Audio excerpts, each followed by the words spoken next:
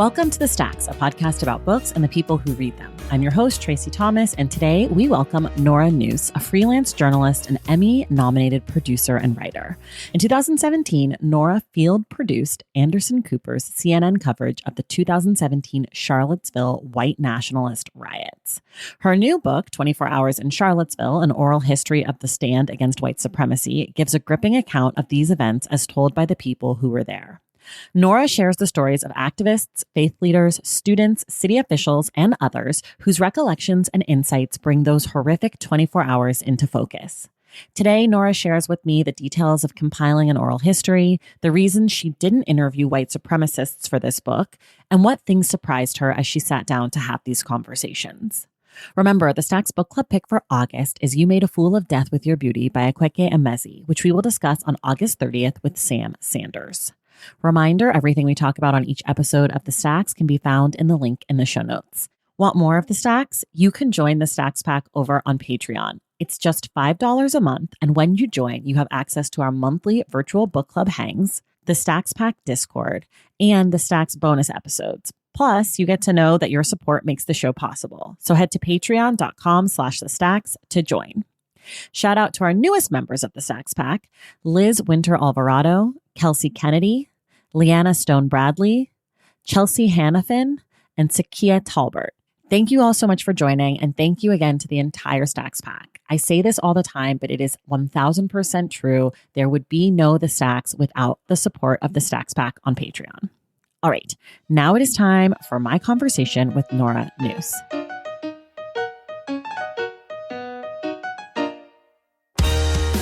All right, everybody, I am thrilled. I'm joined by Nora Neus, who is the author of 24 Hours in Charlottesville, An Oral History of the Stand Against White Supremacy. And if you are listening to this show, you know I fucking love oral history. And this one, it did not disappoint. It is slim, but holy cow, it packs a punch. Nora, welcome to The Stacks.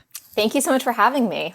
I'm so excited to talk to you. So just for folks, I think that the title of the book is like very self-explanatory, but I always start here. So in about 30 seconds or so, will you tell people about your book? Sure. So the book is the story behind the news reports that most people saw of the 2017 white nationalist riot in Charlottesville, Virginia. And it really does take readers moment by moment through the main 24 hours of that day, which started actually Friday afternoon, August 11th, with the photos of those and videos of that torch rally of white nationalists and neo-Nazis carrying flaming torches through the University of Virginia's campus through the end of the day on Saturday.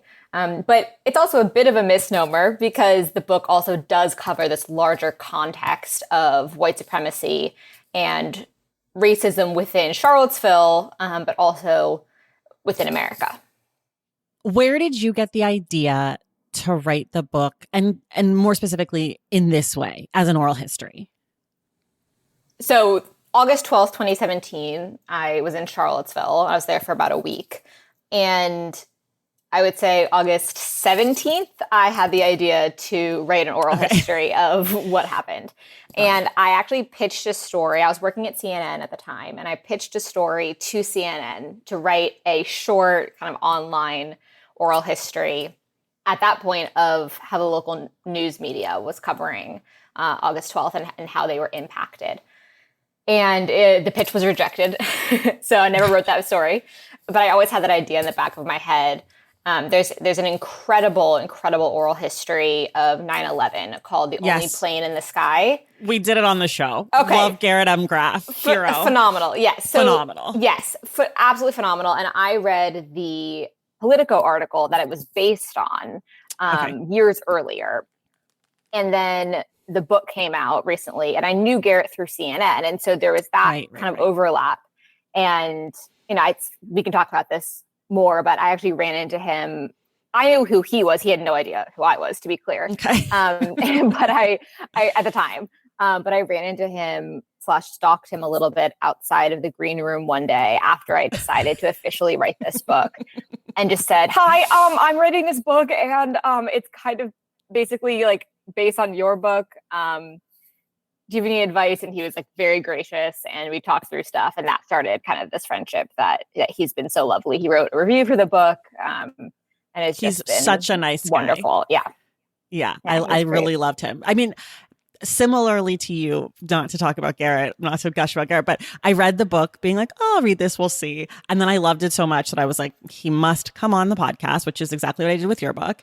And he's been so kind ever since. He always talks about how much he loves the show and like always, he's just like a really nice guy. And he gave a great interview. And that book, for people who even are like remotely interested in oral history, between 24 Hours in Charlottesville and The Only Plane in the Sky, if you like recent American history and having a lot of anxiety as you read, I highly recommend both of the books. Thank you.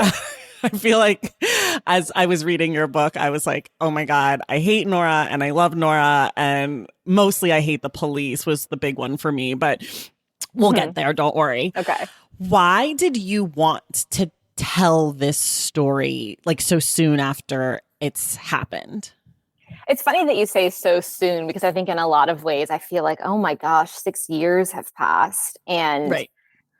I think a big part of why I wanted to write the book was it felt like we already as a society were forgetting what happened, or maybe we never really knew.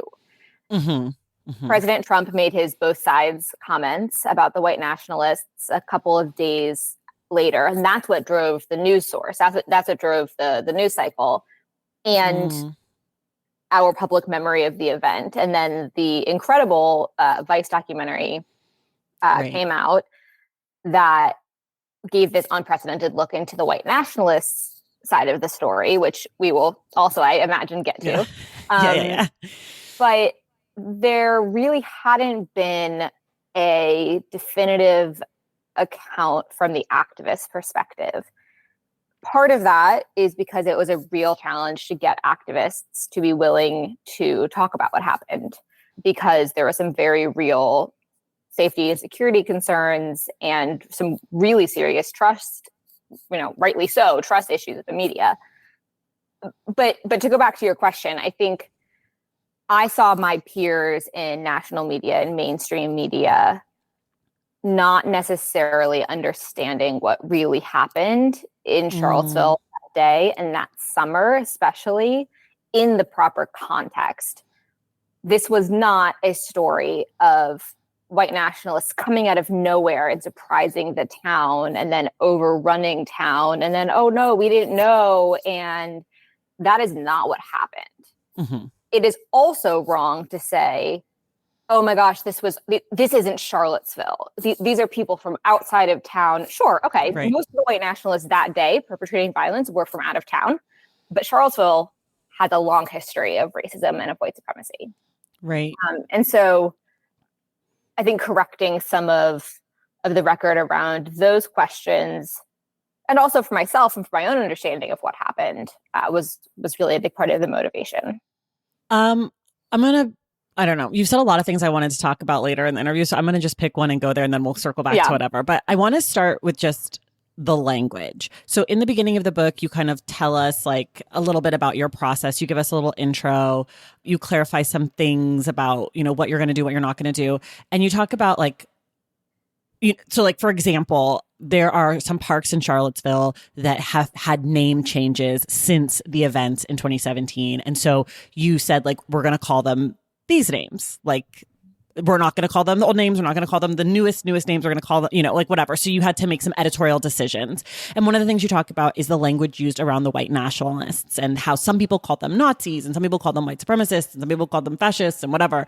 And you stuck with that language with whatever people use. But was that like, how difficult was that decision for you around how to name those people, I guess, at all? Because I was shocked that it was in there, I think is what my question is. Like, I assumed you would just use whatever people said, but I'm wondering why it was something you wanted to like call attention to specifically. That's interesting. Yeah, it actually was very difficult. And I think language, I mean, I'm probably biased, I'm a writer, but language has an enormous power in sanitizing white supremacy and hate. And we see this in Charlottesville. We've seen this throughout history, but for the white nationalist movement, for example, white nationalism is a term coined by the white supremacists. It was coined by Richard Spencer, who was a UVA alum, who was attempting to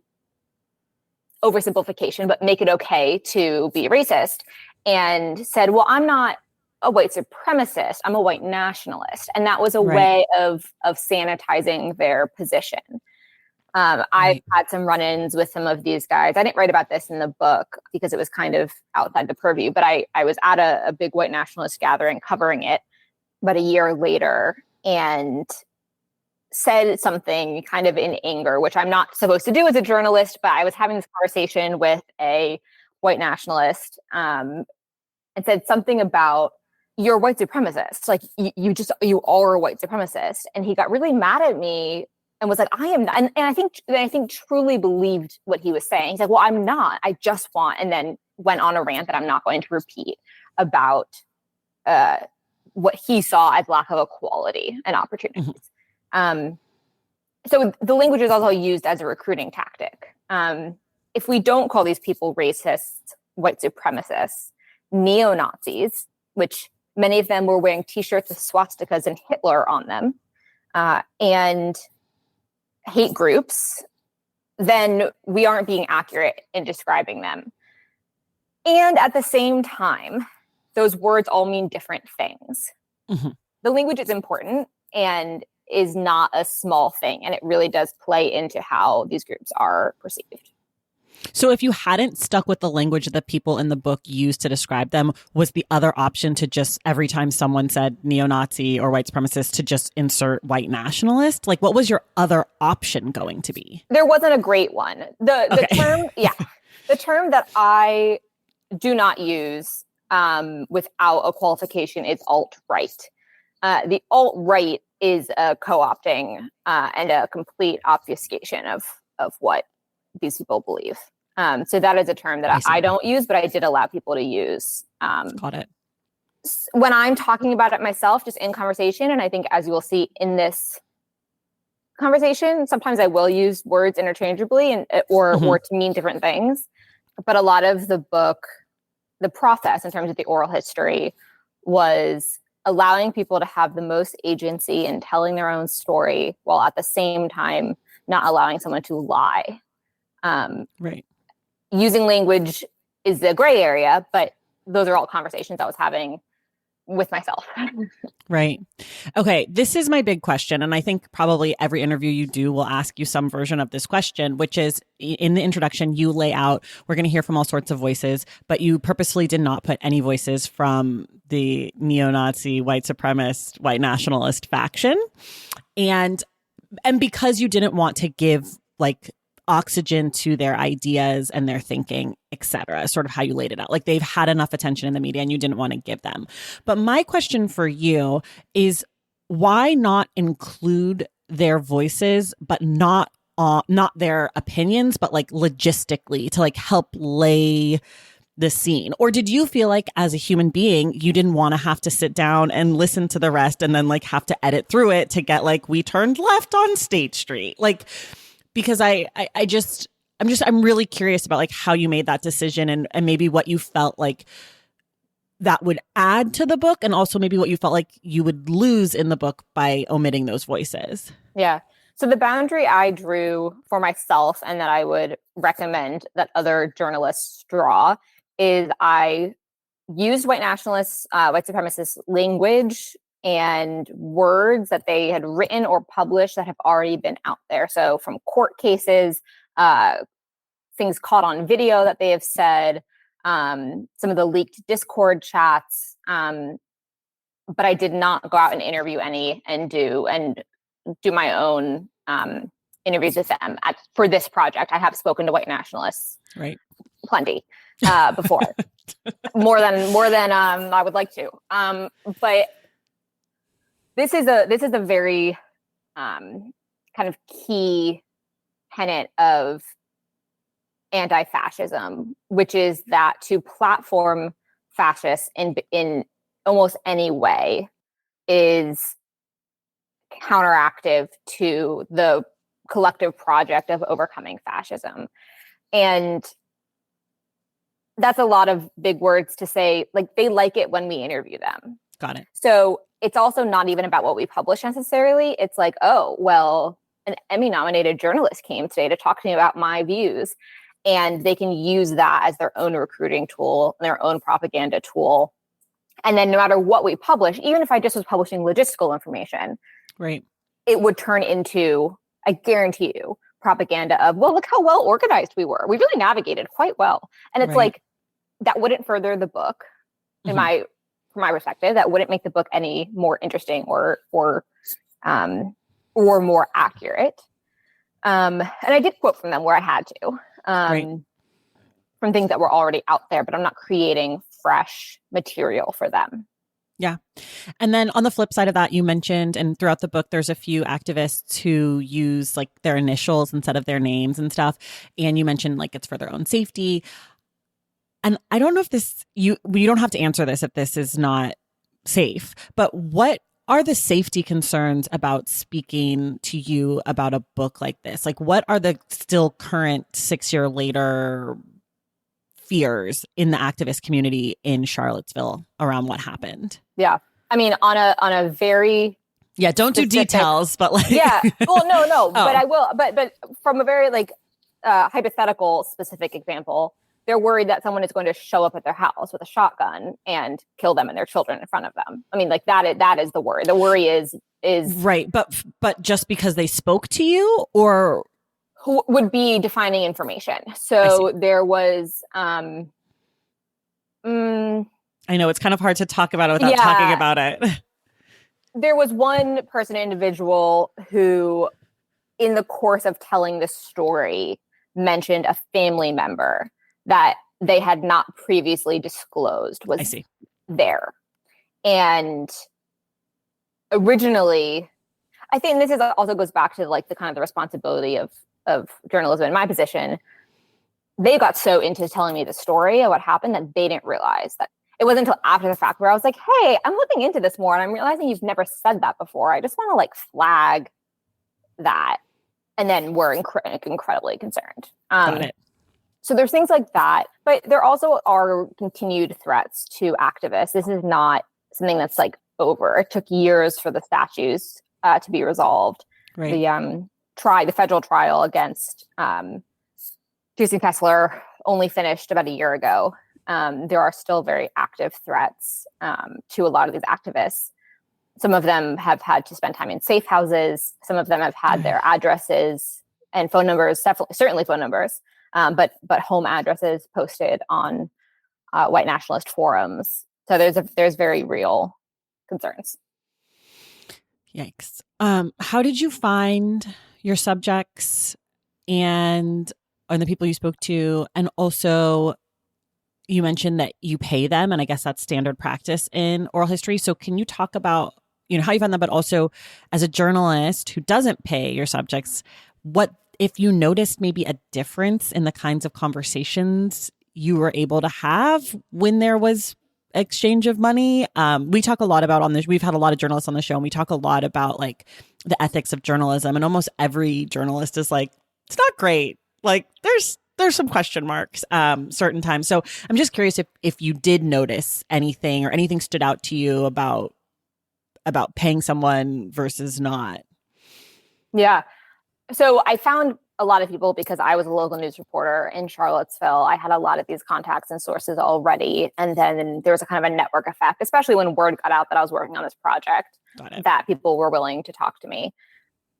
On paying people, I had never paid a source for anything, for information, for anything while I am a journalist, as a journalist. But that is common practice in oral history interviews, mostly because, and I can get on a whole soapbox here, but oral history is an indigenous tradition that is, by its kind of definition, a way of passing down stories among people who may not have access to other means, or who historically did not have access to other means.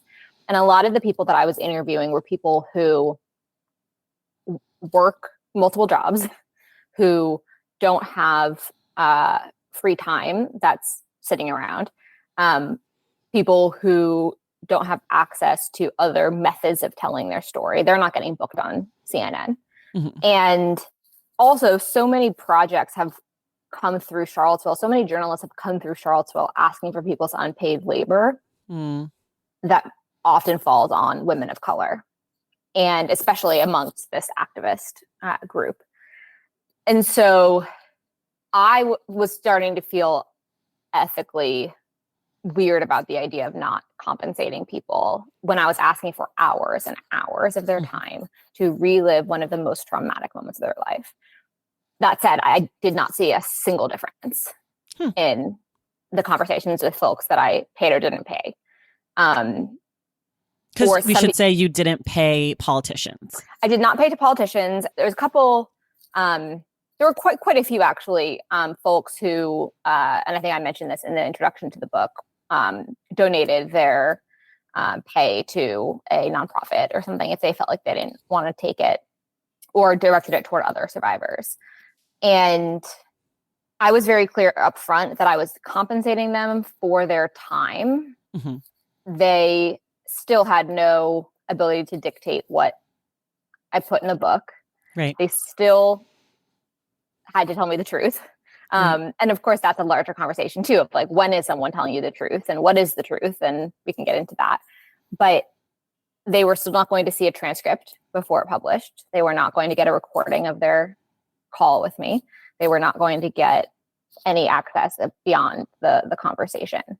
And so I think setting those boundaries was really important. Mm-hmm. But no, I didn't see any difference, other than there were certain individuals who straight up said, I had to like take off 2 hours of work for this, and I like wouldn't have been able to do that if you weren't paying me for my time. So I ended up with a greater diversity of voices. Were there any people that you tried to get that you couldn't get? Yes, there were a lot of people that I wanted and I couldn't get. And there were even more people who offered and who I didn't have bandwidth and space for. I mean, I could have interviewed thousands of people for this book. Right. The big one was the chief of police. I would have loved to hear from him. Was waiting for him. Yes. I have a mail tracker on my email, so I can see when people have opened my emails. Oh. And he absolutely read my email multiple times and received it. And so that was one. Did you try to get Biden or Trump? I didn't. And that was also a discussion. President Trump is mentioned extremely few times, if any, in the book. I think he's mentioned once or twice as just the idea of this animating principle and context around what happened. But the both sides comment was not made until like days later. And I really wanted to focus on that period of what actually happened, right, August 11th and 12th. Right. I was only thinking that because I know that like Biden, you know, he wasn't obviously there, but we know that he watched live or whatever. And that's like the thing that inspired him to run for the presidency, allegedly. Yes. I don't know if that meets your truth test or not. It doesn't personally meet mine, but I just wasn't sure if there was any like, oh, I'd love to hear from people who weren't there, but maybe were watching from a distance or something like that. Yes. And I definitely had that thought interviewing, you know, descendants of Holocaust survivors who are watching it on TV or victims of other domestic terror attacks watching it on TV, national journalists in their control rooms and newsrooms seeing it play out and making decisions in real time. And in the end, I decided to focus more narrowly just because I could have written this book a million different ways. Yeah, and totally. I could have written it. So my first draft was almost 4 times as long as this book. Oh my God. And which I knew was too long, but I went for it. And that was my editor. My editor, Catherine Tung at Beacon Press, very specifically said, "This is the word count I want you to hit. This is such a hard thing to read about. Mm-hmm. You got a little snippet of people's time and mental energy here, and you want to keep it moving." And so it was way shorter than I would have done. So it feels more like a representative sampling than it does a thorough, everyone's perspective retelling. I will say this, and people who know me and know the show will understand that this is one of the highest compliments I can pay someone. Okay. I actually wish this book was longer.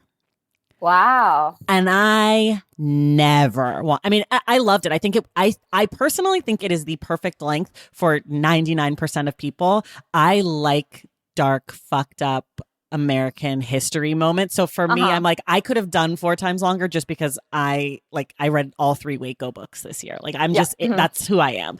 But I was like, I could do like 6 months after Charlottesville. I could do like, where were they now? Like I could have done like, but the point is, it's that good. It's the exact perfect length, I think, for basically everyone else. And I think your editor was smart to tell you that. But I did, when I finished the book, I was like, could have done more. Yeah. Oh, I like slashed and burned. I went through with a red pen and just. Well, I think that's right. Ruthless. Because it's such an intense reading experience. And I can only imagine for you, I guess that is a question that I have for you. Like, how did you take care of yourself? Because you know, every single person you interviewed and you yourself lived through this day locally in Charlottesville because you were there. But my assumption would be there's something different between living through an experience one time that you see versus carrying 30, 40, 50 people's experience of this one day. Like, how were you able to take care of yourself as you were hearing all of this stuff and then kind of digesting it and cutting it and putting it all together? I mean, you're spending hours and hours with this material, but it's not easy. So what were you doing for you? Should have done more. I will say that. So I was in Charlottesville this weekend, but I only arrived after the bulk of the fighting. I arrived in town after Heather was killed. And my memories of the weekend are extremely triggering and traumatic, especially my memories from earlier in that summer and the kind of year leading up to this when a lot of the conversation was going on, but nothing near what other people experienced. Okay. That said, I mean, just on a personal level, like 2 weeks into writing this book, my nightmares came back about August 12th, and I hadn't had nightmares about it in years. That was something I thought I had like kind of worked through. So that was alarming. That was like 2 weeks in. I was like, okay, we have a while to go. But I think there is something really powerful about being able to confront it head on and feel the importance and the depth of the story and the trauma of the community. And I had a lot of folks, I mean, almost everyone broke down in tears while we were talking. Multiple people had panic attacks while we were talking. Like more than one person had a full-blown panic attack while we were talking. I am not a mental health professional. I need the help of mental health professionals, but I am not one myself. And I think that was hard because I wanted to prioritize their mental health absolutely first and above any, book, like, of course. Right. But almost every time when I offered to stop, people said they wanted to keep going and that it felt cathartic. A lot of them said, I've never been able to afford therapy. So I've never been to therapy, but like this feels like it. And again, I would say, okay, but like, I'm not a mental health professional. So like, but there was something like really, I think, healing and powerful about talking about it and thinking about it. And I think also like reclaiming the narrative to a certain effect. There were a lot of successes in the anti-racist activist counter-protest. I wish there had been more. We all do. But there are still lessons to take away from this about how to prevent this from happening again. We're going to take a quick break and we'll be right back. Valentine's Day is upon us and I've got love on the brain. Love for books. Duh, of course. Hello. Did you forget what podcast you're listening to? I love bringing you all great reads, exclusive author interviews, and behind the scenes book gossip. But I can only do that with your support over on Patreon and Substack.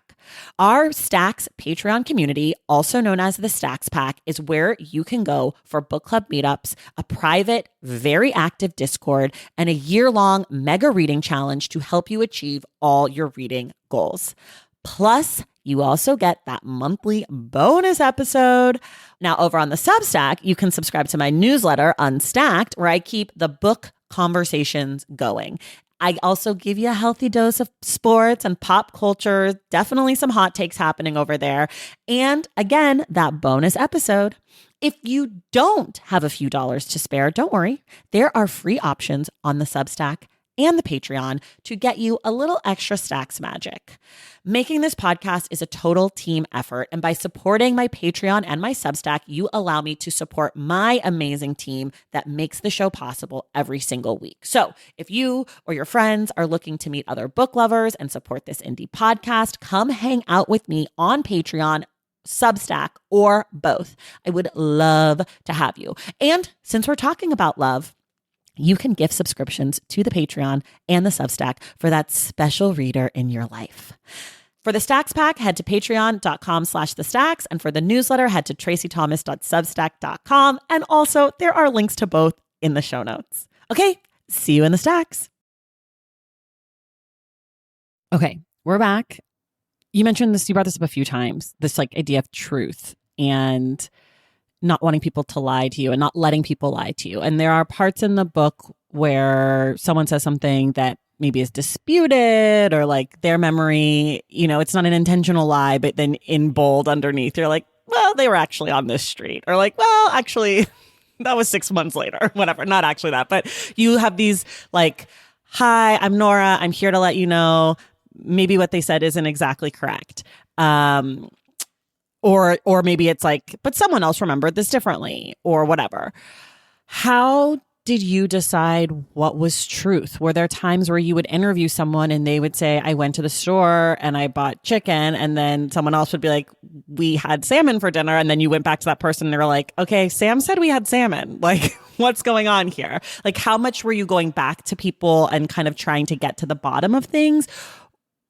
Or just like editing things out that you were like, well, that's not what happened. And did you push back on people if you felt like they were lying to you? Like, because it sounds like truth was really important to you. So how did you navigate that? I definitely pushed back, and I definitely kind of tried to dig deeper.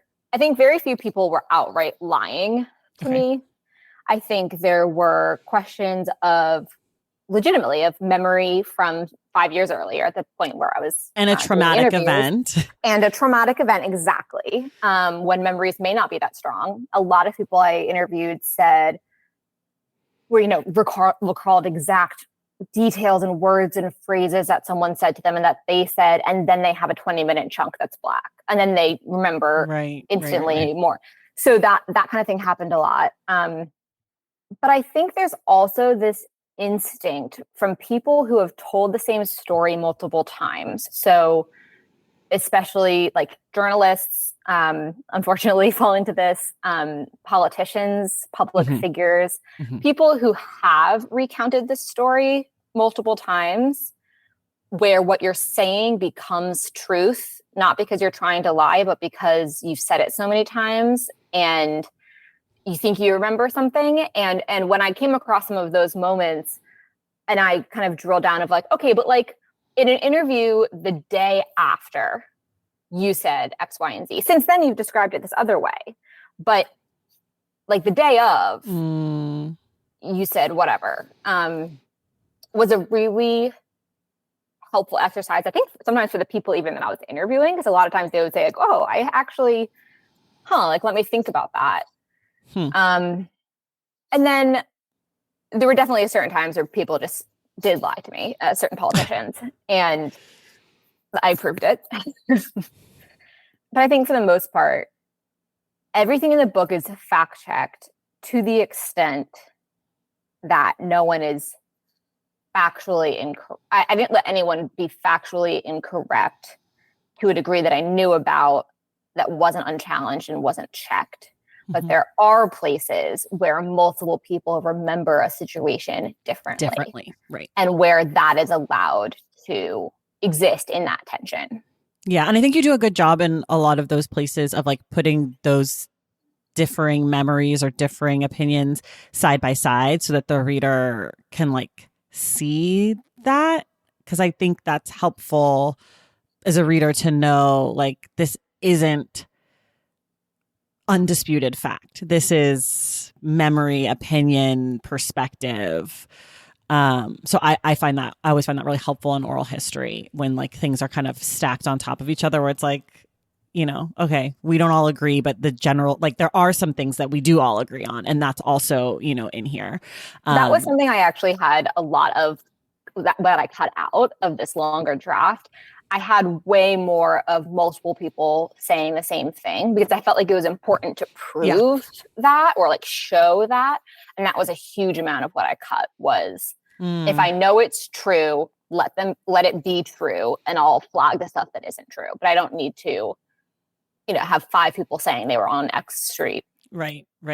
I feel like for me, I mean, the part that it was the most powerful and like that really stuck with me and made like all my little hairs on my arms stand up. I was taking a bath. I like to read in the bath, especially when it's like an intense thing. And I was like in the bath getting cold because I'd been there like reading the whole book. And I was like, I want to finish. But when you get to the part with the car that culminates, in the murder of Heather Heyer and the injury of so many people, a lot of the people that we've been following this entire time end up on that street kind of blocked in when the car comes down. And there's this part where like everybody's talking about the sound or like what they hear and like this like rumbling and the boom. And it's just like, I'm getting chills right now. It is so visceral and it is so terrifying as a reader 6 years later. And I know what happened, right? Like, it's not like this is a surprise. This isn't a novel. Like I've seen the images I've seen, but just like the way that you put it all together and like it's like a lot of the lines are just like 3 words from this person or like a sentence from this person or just like boom, boom, boom or whatever. And like, I mean, I'm like getting hot, like overwhelmed, but like, I understand why you cut it because it adds to the book. But when you do it, it is just it's so powerful. So like, I think you did a really good job of like deciding when to have that kind of emphasis and when not to. Thank you. I appreciate that. Well, of course. It deserves praise. I want to talk about the police. Okay. I don't know that this is a spoiler. I think given all the images we've seen from that weekend, police weren't really present in a way that was helpful to mitigate antagonism and not to be Trump, but I will say on both sides, they could have been protecting or preventing on either side at a certain point. Like they were just sort of standing around, right? Like not that the activist side needed, they were within their rights, but I just mean like they could have at some point stepped in between both sides or like, they could have done anything. They could have done anything. That's what I mean. Again, I'm not actually Trump. Fuck white nationalists, supremacists, etc. You all know the vibe. But they could have done anything. They could have stepped in. They did not.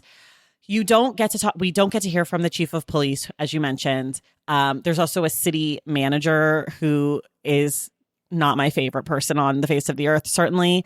But I guess the bigger question is, after seeing all of this, 3 years later, we get to summer 2020. There's all these protests. There's all this activism around race, around the death of George Floyd, but also like, I think some pent up emotion and things from Charlottesville, from having, from Trump's presidency, from the 1930s. Like there's a lot of racial, built up shit in America. And it really comes bubbling up in 2020. And I'm wondering, as a person who is working on this book at that time, I think you said you started, thinking about this book. So at least it's in your mind.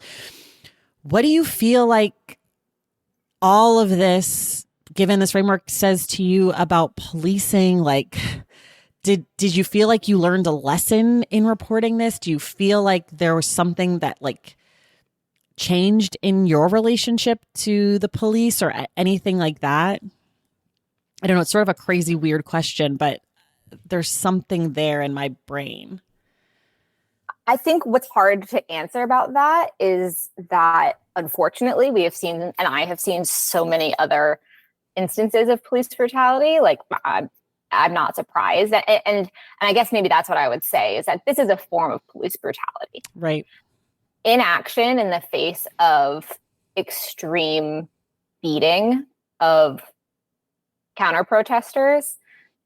I think I've never really said it that strongly, but I think I believe that. I think that is a form of police brutality and police violence in choosing who you protect and who you do not. And I cannot imagine a teeming mass of people of color on the streets of downtown Charlottesville. Of course not. Yeah. Allowed to, get there in the first place. Right. I mean, that's that crazy story of the guy who has the fire and is in the picture, the black guy. Corey Long, yeah. Yeah. And for people who remember the weekend and the images from television, Corey is friends with the guy who ends up getting beaten in the parking lot, which is like that was one of the things I remember most about that weekend before reading the book. But it's two black guys, and there's like a aerosol can and some fire, and he's like kind of spraying it in the direction of like a homemade flamethrower.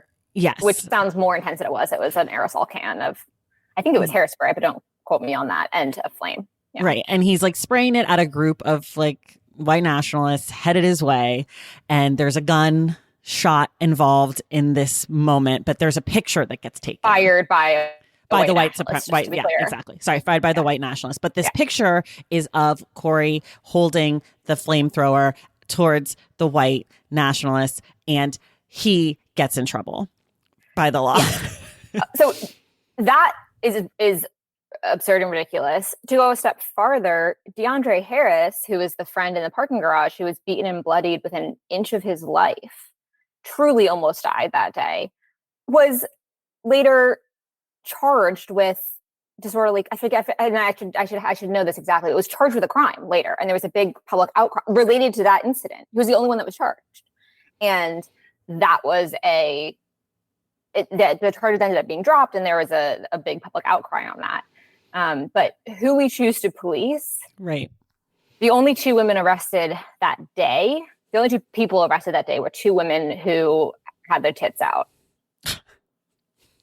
to protest, like counter protesters. That's insane.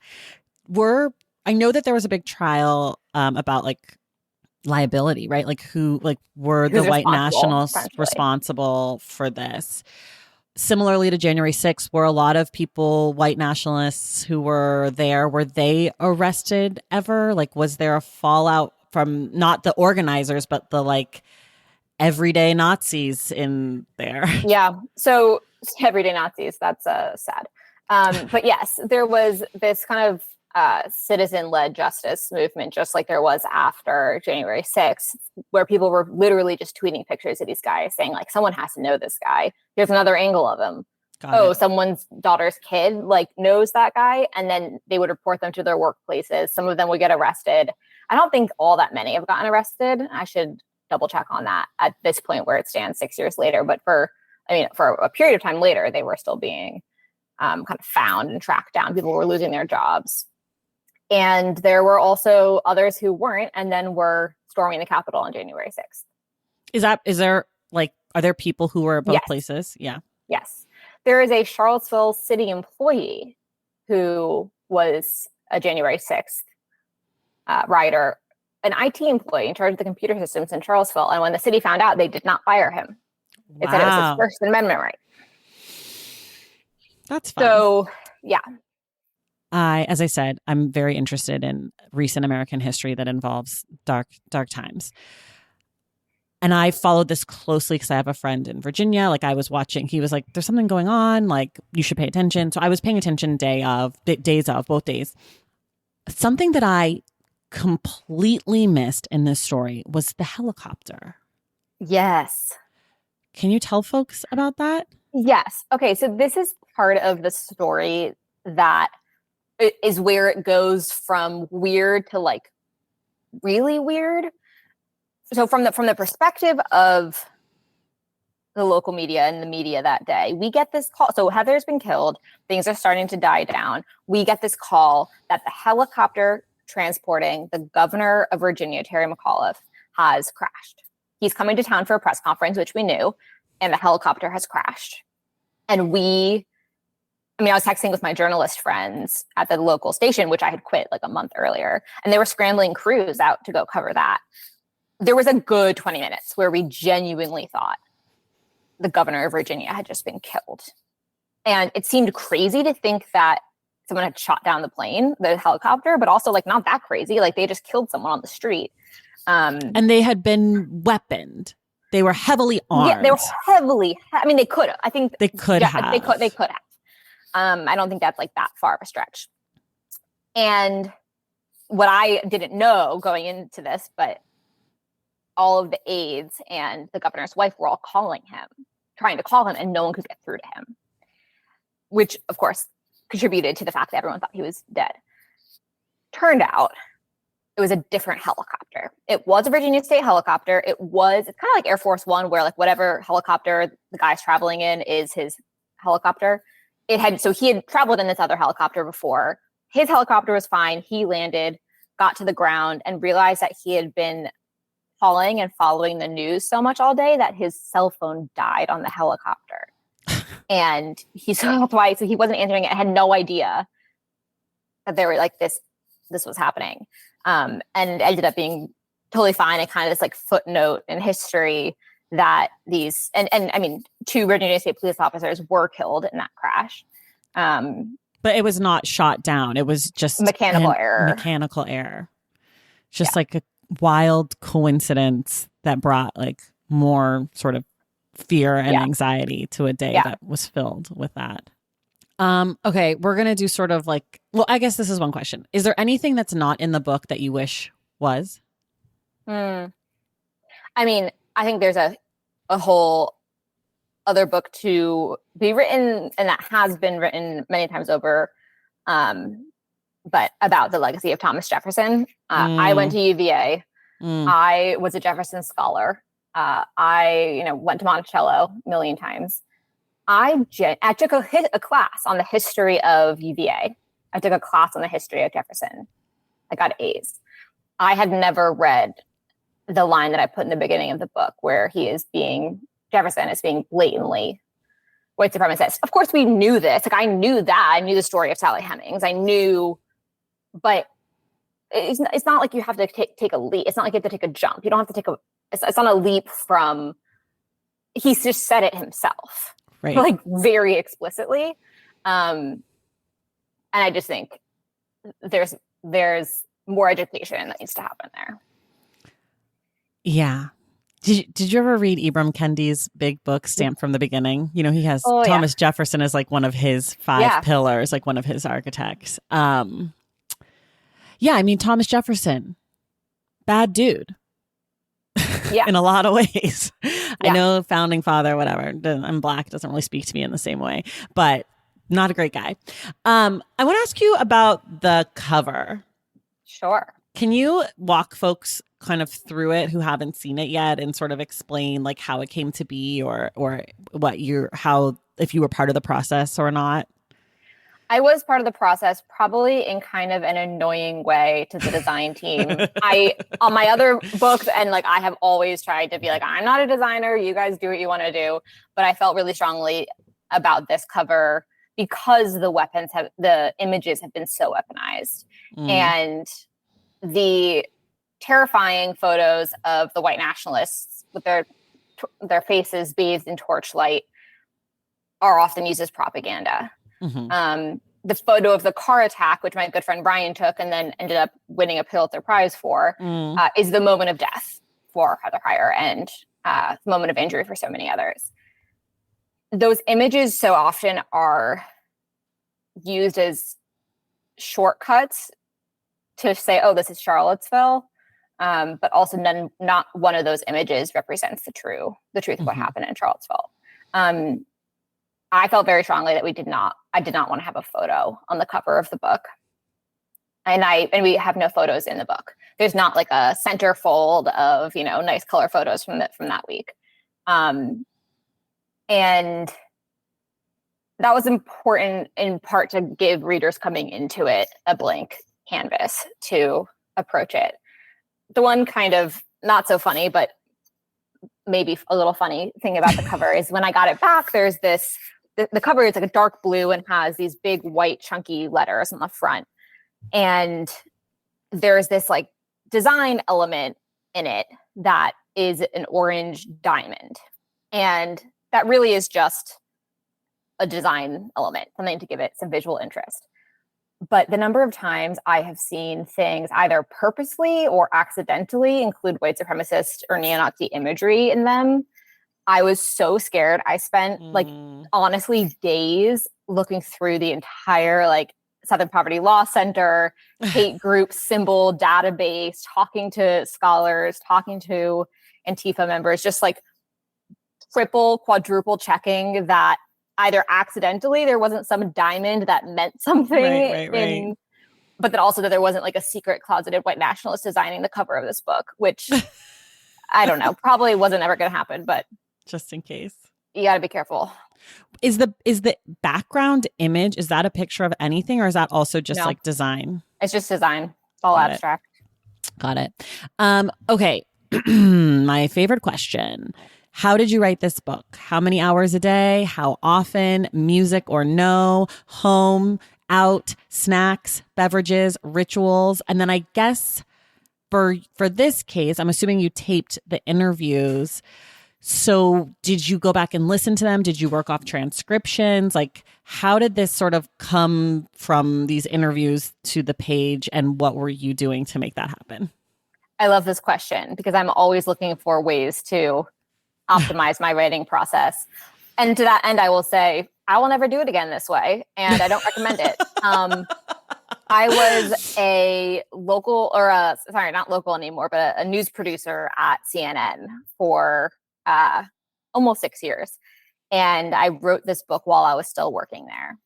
I got up at about 2 a.m. and worked my normal job from about 2 a.m. to noon, depending on the day. I came home and sometimes would nap, but often had to jump right into interviews, and then did interviews and wrote this book from noon to 6, ate dinner and went to sleep at 8. Again, don't recommend that. That shift was punishing. In terms of the actual writing of it, this is part of why I had a 4 times as long first draft.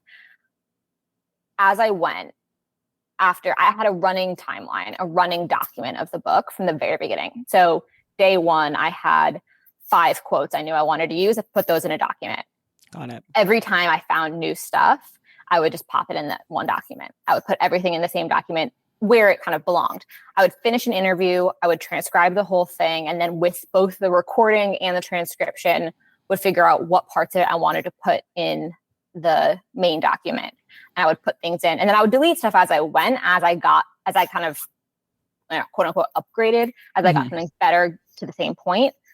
But I just built out this kind of scaffolding for the whole story, and then figured out what to do with it after the fact.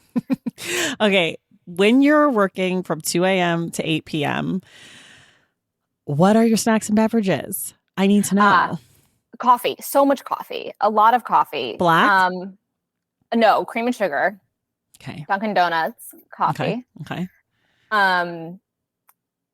And so this is kind of cheating. My spouse is an incredible cook, like phenomenal cook. By trade or just passion? No, just passion. They're an attorney. Okay. It's actually a great combination. They work super hard and then they come home and make dinner. And feed you. Yeah, no, it's great. I highly recommend it. And so a lot of times I would finish these interviews at like 5 or 6 and would come out and they will have made me full incredible dinners that I don't have so to no snacking for. So not a big no, but just like incredible dinners I didn't have to cook. I do the dishes though. I do all the dishes. That's the arrangement in my home, but I do the cooking and my husband does the dishes and all the cleaning. And it's the only way. I'm like, I'm not making food if someone else isn't cleaning up. Doesn't even have to be him. Could be anybody in the house could clean. Is there a word that you can never spell correctly on the first try? Acknowledgements. Ugh, impossible word. I had to spell two. It came up twice today. Twice. It's like it was so many extra K's and W's. I don't know. It's the W's I'm like, why are you here? I don't need you. At the time of us talking, your book is not out in the world yet, but for folks listening at home, the book is out. I think this episode is coming out right around the 6th anniversary of Charlottesville. So that's for people. We're in this week. Do you have any idea what comes next for you? Do you have another book you want to work on? Or are you like taking a break from writing for now? You do? I do. So this is my second book published, but my third sold. Okay. So my next book that's coming out is a young adult graphic novel, historical fiction, queer love story. Whoa. It is a departure. Yes. And my first book was also very intense and very serious about the Syrian civil war and involved kids getting buried alive. And so I needed to do something fun.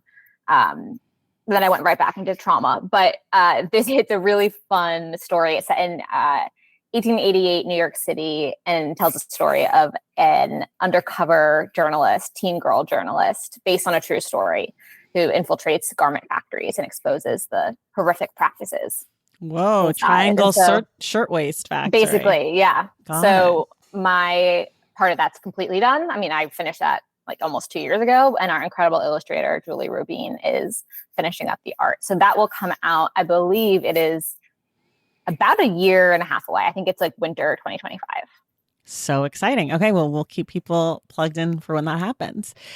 For people who read 24 Hours in Charlottesville, who love it, what is another book that you might recommend to them that's in conversation with what you've created? So definitely The Only Plane in the Sky is by Garrett Graff is just another phenomenal oral history, if that is a format that you're new to and that you're excited about.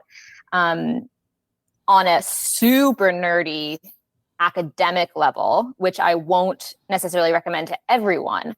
But there is a new book by a UVA professor out called Making #Charlottesville that just came out in May, and is this kind of draws these parallels between the media coverage of both Unite the Right, which was the name of the August 12th rally turned riot, and the civil rights movement.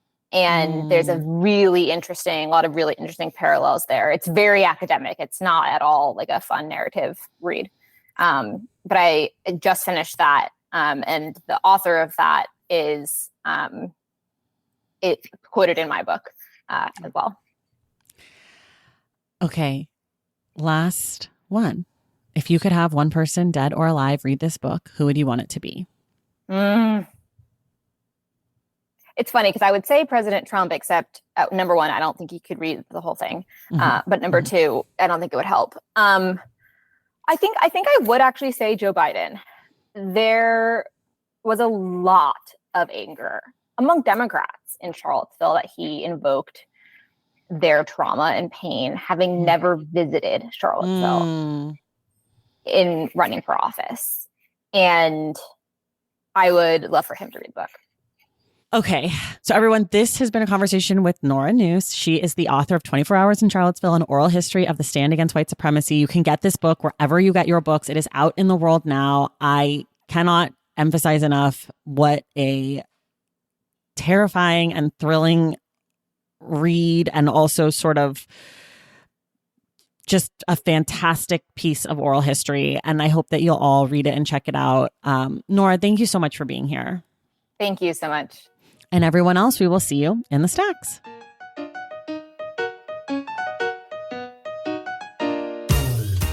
All right, y'all, that does it for us today. Thank you so much for listening. And thank you again to Nora for being our guest. I'd also like to say a quick thank you to Bev Rivero for making this episode possible. Don't forget, Sam Sanders will be here for the Stacks Book Club on August 30th, where we will discuss You Made a Fool of Death with Your Beauty by Akwaeke Emezi. If you love the show and want inside access to it, head to patreon.com/The Stacks and join the Stacks Pack. Make sure you're subscribed to the Stacks wherever you get your podcasts. And if you're listening through Apple Podcasts or Spotify, leave us a rating and a review.